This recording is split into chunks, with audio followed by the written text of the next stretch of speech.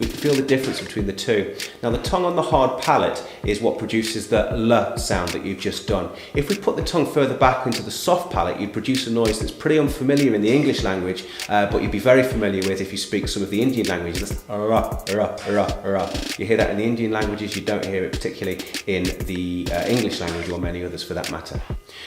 Going further forward, we put the tongue a little bit beyond the hard palate into the dental ridge, which is just behind the teeth, to make the ta ta ta sound. Essentially, we're doing the same thing with the mouth. We're doing exactly the same thing with the vocal cords. All that's changed is that you've moved your tongue slightly forward. Ta ta ta ta. So let's try that one together. Just feel the difference. Breathing in.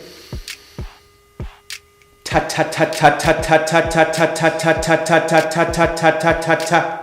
Same thing, different position with the tongue.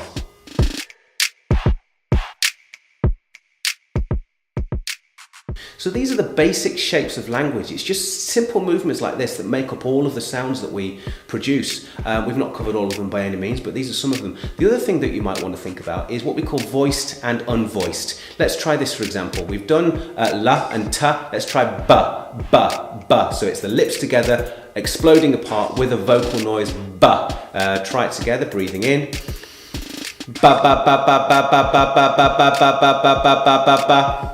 Check out how that feels. Now let's try pa, pa, pa. And what you'll notice is the mouth is doing exactly the same thing. What's changing is the way that we're voicing it. So let's try it together again. Pa, this time breathe in. Pa, pa, pa, pa, pa, pa, pa, pa, pa, pa, pa, pa, pa, pa. And if you try pa and ba together, you'll see that same shape, different noise. So we're just voicing or unvoicing. We're making the voice strong. Ba, we're making the voice soft. Pa. But they're the same basic shapes, completely different sounds.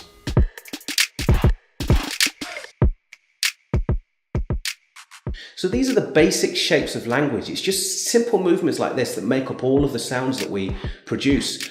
We've not covered all of them by any means, but these are some of them. The other thing that you might want to think about is what we call voiced and unvoiced. Let's try this, for example. We've done la and ta. Let's try ba, ba, ba. So it's the lips together, exploding apart with a vocal noise, ba. Try it together, breathing in.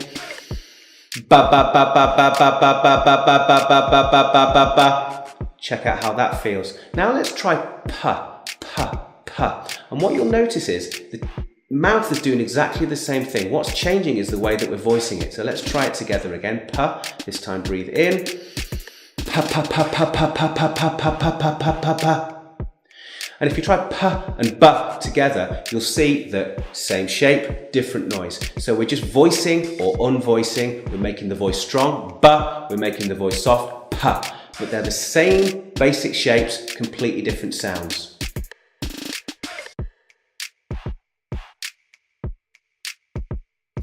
This is not only really useful for understanding the components of language and the way that we speak, but also it's fantastic for understanding what we call the stage whisper. This is a whisper that you need to be heard. Now, a whisper, as we know, is something that we do in someone's ear, perhaps to tell them a secret or something along those lines. If you're doing that on the stage and you want the audience to know what it is, we have to use the stage whisper, which is a more forceful way of doing things. Now, the whisper is unvoiced. Okay, normally we speak mostly with the voice. A whisper is spoken without the voice. And if you do it without forcing the breath out, then you can't be heard on stage. And that's what whispering is in real life. We whisper by breathing very softly and by unvoicing the text that we're speaking. On stage, we want to breath it. We want to force the breath out with a lot more conviction so that we get that volume out of it as well, but it still remains unvoiced. Now, why you might want to do this in your real life is anybody's guess, but it can be a really, really useful trick. The whisper that needs to be heard.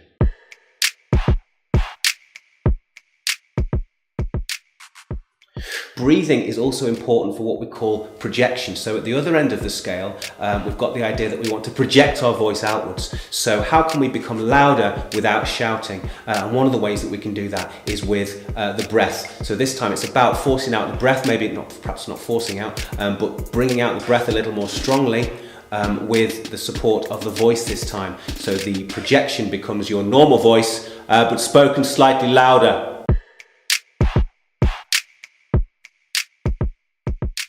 So So that about wraps up for this week the introduction to the voice. What we're going to do next time is we're going to look at some tongue twisters that are going to help us to find some more complex language. The more control you can take over your diction, the more clear you can make each noise, the more easily you can make yourself understood while you're doing that speech or delivering that sermon, whatever it is that you might be doing with your time. Okay, look forward to seeing you next time. Ta-ta.